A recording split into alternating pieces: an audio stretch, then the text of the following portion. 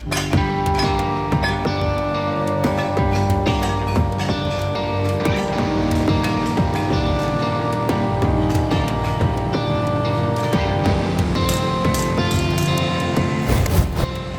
Wilayah Bea Cukai Aceh memusnahkan berbagai jenis barang impor hasil sitaan yang dilakukan di wilayah Aceh sepanjang tahun ini.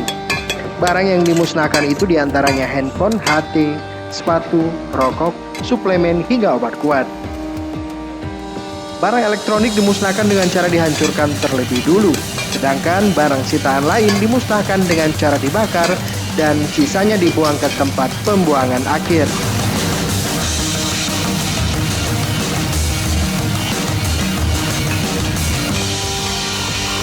Kepala Bidang Penindakan dan Penyidikan Bea Cukai Aceh, Sisprian Subiaksono mengatakan, barang impor yang dimusnahkan itu merupakan hasil operasi Satgas Bea Cukai baik di darat maupun di laut. Barang impor tersebut dinilai tidak memenuhi ketentuan larangan dan pembatasan.